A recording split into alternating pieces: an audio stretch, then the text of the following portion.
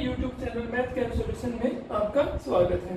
आज हम क्लास 10 का chapter number 3 linear equation in two variable की मेथड क्रॉस मल्टीप्लिकेशन मेथड या वज्र गुणा विधि हल करने जा रहे हैं।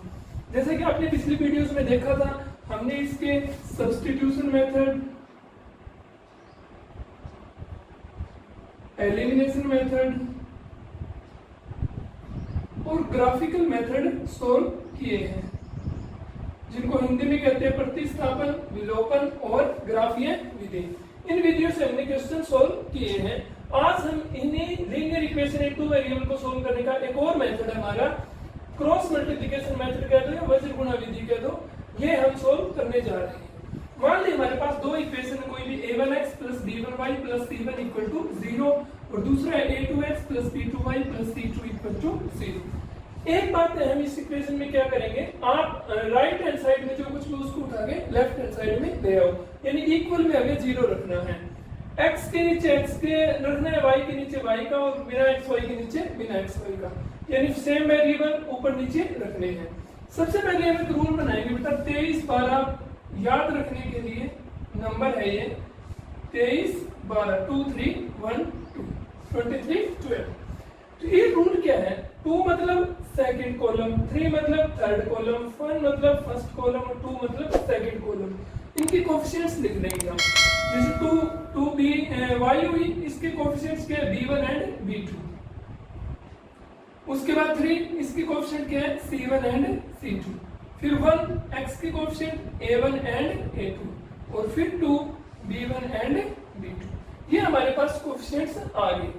2 3 1 2 आपको याद रखना है, ये फॉर्मूला मान लो या कुछ भी ट्रिक लगा लो इसकी वैल्यूज निकालने के लिए। अब हमें वैल्यू चाहिए x की और y की, तो हम लिखेंगे x y और एक लिखेंगे कांस्टेंट। इसके नीचे लिखते जाएंगे, नीचे क्या लिखेंगे, देखो x के नीचे इन दोनों की प्रोडक्ट और इन दोनों की प्रोडक्ट, पहले इनकी और फिर इनके, और बीच में सिंबल दे रहे हैं माइनस। ये क्या बनेगी b1c2 माइनस b2c1, b1c2 बीच माइनस b2c1, y के नीचे अगले दोनों, यानी इन दोनों की प्रोडक्ट माइनस में इन दोनों की प्रोडक्ट, ये बनेगा c1a2 माइनस c2 a1, और तीसरे के नीचे आगे आने वाले दोनों की, तो ये क्या बनेगा a1 b2 minus a2 b1। इन तीनों को हम इक्वल कर लेंगे। देखो इस इक्वेशन में ये नंबर्स होंगे a1 b2, इसलिए वैल्यू जो सोल्व करेंगे, सोल्व करने के बाद आपको क्या मिलेगी, ये कांस्टेंट वैल्यू मिलेगी, कोई भी नंबर मिलेगा। अब आपको अगर x और y की वैल्यू निकालनी, देखो ये तीनों रिजल्ट्स के आपस में इक्वल है, तो आप फर्स्ट और 3 को इक्वल ले लो। आप क्या करो, x by b1c2 minus b2c1 equal ले लो 1 upon a1 b2 minus a2 b1। x की वैल्यू चाहिए, इसको ऊपर ले जाओ, तो हमारे पास x की वैल्यू क्या आ जाएगी बेटा, b1c2 माइनस b2c1 तो ऊपर चला गया और नीचे क्या रह गया a1 b2 minus a2 b1। Okay, same अगर y की वैल्यू निकालनी थी, इन दोनों को इक्वल रखो, इन दोनों को इक्वल रखते हैं, इसको मैं इधर सोल्व कर लेता हूं, y upon c1 a2 minus c2 a1 equal to 1 by a1 b2 minus a2 b1। y की वैल्यू क्या आ जाएगी बेटा, इसको इधर ले जाएंगे, c1 a2 minus c2 a1 upon में a1 b2 माइनस a2। तो ये बहुत आसान मेथड है, बहुत ही इजी मेथड है सोल्व करने के लिए। अभी जैसे a1 b1 है तो आपको अजीबोगरीब लग रहा होगा, लेकिन जब हम इसकी जगह नंबर्स पुट करेंगे तो बस ऐसे तुरंत क्वेश्चन सोल्व हो जाएंगे इसके, ठीक है। अब ये देखो x और y दोनों में a1 b2 और a2 b1 ये दोनों है, तो ये कभी भी 0 नहीं होना चाहिए, क्योंकि अगर डिनोमिनेटर या हर 0 हो गया तो इसका आंसर हम नहीं निकाल पाएंगे। तो हमारे पास कंडीशन क्या है बेटा कि a1 b2 minus a2 b1 not equal to 0। Okay, ये हमें ध्यान रखना है। उसके अलावा पहले हमने जो सेकंड एक्सरसाइज में डिस्कशन की थी कि यूनिक सॉल्यूशन कब होता है, इनफाइनाइट मेनी सॉल्यूशन कब होता है, नो सॉल्यूशन कब होता है, वो सारी चीजें इसमें हम यूज करेंगे। एक्सरसाइज 3.5 का क्वेश्चन नंबर फर्स्ट, जिसमें हमें बताना है कि इन इक्वेशंस में से किसका सॉल्यूशन यूनिक है, इनफाइनाइट मैनी है या नो सॉल्यूशन। अगर हिंदी में बात करें तो ये पूछ रहे हैं कि इनमें से किसका सॉल्यूशन अद्वितीय हल होगा, किसका कोई हल नहीं होगा और किसके अनेक हल होंगे। तो हमें सबसे पहले ये चेक करके बताना है कि इसके कौन से हल होंगे। अगर इनका यूनिक सॉल्यूशन या अद्वितीय हल आता है तो हमें इनको हल करके x और y की वैल्यू फाइंड आउट करनी है। तो हम सबसे पहले क्या करते हैं, चेक करते हैं बेटा।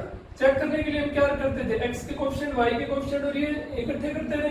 तो x के कोएफिशिएंट नोट करो 1/3, इसके कोएफिशिएंट -3/-9, इसके कोएफिशिएंट -3/-2। ये माइनस से माइनस कैंसिल हो गया, 1/3 आ गया। ये 1/3 -3/-2, ये माइनस से माइनस कैंसिल हो गया। ये दोनों इक्वल है पर ये इक्वल नहीं है। तो इसका कौन सा सॉल्यूशन होता था बेटा, पहले दो इक्वल और लास्ट इक्वल ना हो तो इसका होता था नो सॉल्यूशन। नो सॉल्यूशन या कह सकते हैं कोई भी हल नहीं है इसका। तो हमें इसका सॉल्यूशन मिल गया। अगर इसका अद्वितीय या यूनिक सॉल्यूशन आता तो हमें इसको सोल्व करना था, अब हमें इसको सोल्व करने की जरूरत नहीं है। अब हम सेकंड इक्वेशन को चेक करते हैं। फर्स्ट x के कोएफिशिएंट 2/3, y के कोएफिशिएंट 1/2, इसके कोएफिशिएंट 5/8। पहले दोनों इक्वल नहीं है। अगर पहले दोनों इक्वल नहीं होते हैं तो ये कौन सा होता है, यूनिक सॉल्यूशन या हम कह सकते हैं अद्वितीय हल। यूनिक सॉल्यूशन है तो हमें इसकी वैल्यू फाइंड आउट करनी पड़ेगी। दोनों इक्वेशन को सोल्व करके x और y की वैल्यू निकालनी पड़ेगी। तो हम कौन सा मेथड यूज करेंगे बेटा, अभी जो हमने डिस्कस किया था क्रॉस मल्टीप्लिकेशन मेथड। तो हम क्या करेंगे, सारे नंबर्स को इधर उठा लेंगे, इक्वेशन को लिखते हैं 2x + y - 5 = 0 और इसको लिख लेते हैं 3x + 2y, 8 इधर आगे माइनस का हो जाएगा, -8 = 0। ओके, अब हम 2 3 1 2 जो मैंने आपको बताया था इसको नोट करेंगे। तो सबसे पहले 2 यानी दूसरी के कोएफिशिएंट, y के कोएफिशिएंट, y के साथ यहाँ क्या है 1, y के साथ यहाँ क्या है 2। फिर थर्ड यानी इस लाइन के, इस लाइन में ये देखो -5 है तो माइनस लेना है, -8 है तो माइनस लेना है। 1 मतलब x के कोएफिशिएंट, x के कोएफिशिएंट क्या है 2 और 3, 2 फिर y के कोएफिशिएंट क्या है 1 और 2। अब x और y, x y और 1, x के नीचे इन दोनों की मल्टीप्लाई माइनस इन दोनों की मल्टीप्लाई, इन दोनों की मल्टीप्लाई क्या होगी -8, माइनस में इन दोनों की मल्टीप्लाई 2 5 10 और ये माइनस है तो ये -10 हो गया। इक्वल लेते हैं, y के नीचे इनकी प्रोडक्ट 5 3 जा 15, माइनस का 15 हो गया बेटा, माइनस इनकी प्रोडक्ट 8 2 जा 16, माइनस का तो -16 इक्वल टू 1 के नीचे क्या लेते हैं हम, इनकी प्रोडक्ट 2 2 जा 4, बीच में माइनस 3 1 जा 3। x के नीचे वैल्यू क्या आ गई बेटा, -8 माइनस एंड माइनस +10। y के नीचे क्या आ गया, -15 माइनस एंड माइनस +16 और 1 के नीचे क्या आ गया 4 -3 1। तो जो सोल्व करने के बाद x के नीचे क्या बच गया +10 -8 प्लस का 2 बचेगा, y के नीचे -15 +16 प्लस का 1 बचेगा और ये 1 के नीचे 1। ओके, ये हमारे पास बन गई। अब वैल्यू निकालने के लिए क्या करेंगे, फर्स्ट और थर्ड को कंपेयर कराएंगे और सेकंड और थर्ड को कंपेयर करवाएंगे। तो ये वैल्यू मैं इधर निकाल लेता हूं, x/2 इक्वल टू ये थर्ड क्या है 1/1, 2 को उधर ले जाओ, x की वैल्यू 2/1 मतलब x हमारा क्या आ गया 2। फिर इन दोनों को इक्वल रखेंगे, y/1 equal to 1/1, cross multiply करेंगे तो y इक्वल टू 1 आ गया। यानी x की वैल्यू हमें 2 मिल गई और y की वैल्यू हमें 1 मिल गई। ठीक है, तो इस तरीके से बहुत ही आसान मेथड है ये सॉल्यूशन निकालने के लिए। इसका पार्ट नंबर थर्ड हमारे पास 3x - 5y = 28, 6x - 10y = 40। इसको सोल्व करते हैं बेटा। x के कोएफिशिएंट 3/6, y के -5/-10 और बिना x के इक्वल में दोनों, तो इसको लिख लेते हैं 20/40। कैंसिल करेंगे 1/2, माइनस से माइनस कैंसिल 1/2 और ये भी 1/2, यानी तीनों के तीनों इक्वल आ गए। और अगर तीनों के तीनों इक्वल आते हैं तो कौन सा हल होता है, इनफाइनाइट मैनी सॉल्यूशन। अगर हिंदी में बात करें तो अपरिमित रूप से अनेक हल, ये हमारे पास आ गए। तो इसको तो आगे करने की जरूरत ही नहीं क्योंकि अद्वितीय हल वाले को आगे हल करना था। इसको और करके देखते हैं। x की कोएफिशिएंट क्या होगा 1/3, यहाँ पे y की -3/-3 और ये -7/-15। माइनस से माइनस कैंसिल, 3 से 3 कैंसिल, ये 1/1 आ गया। ये बन गया 1/3, 1/1, माइनस से माइनस कैंसिल, 7/15। तीनों में से कोई भी इक्वल नहीं है तो ये क्या आ गया बेटा, यूनिक सॉल्यूशन, मतलब अद्वितीय हल। अगर ये आ जाए तो हमें क्या करना है, x और y की वैल्यू निकालनी है। वैल्यू निकालने के लिए हम यही क्रॉस मल्टीप्लिकेशन मेथड यूज करेंगे।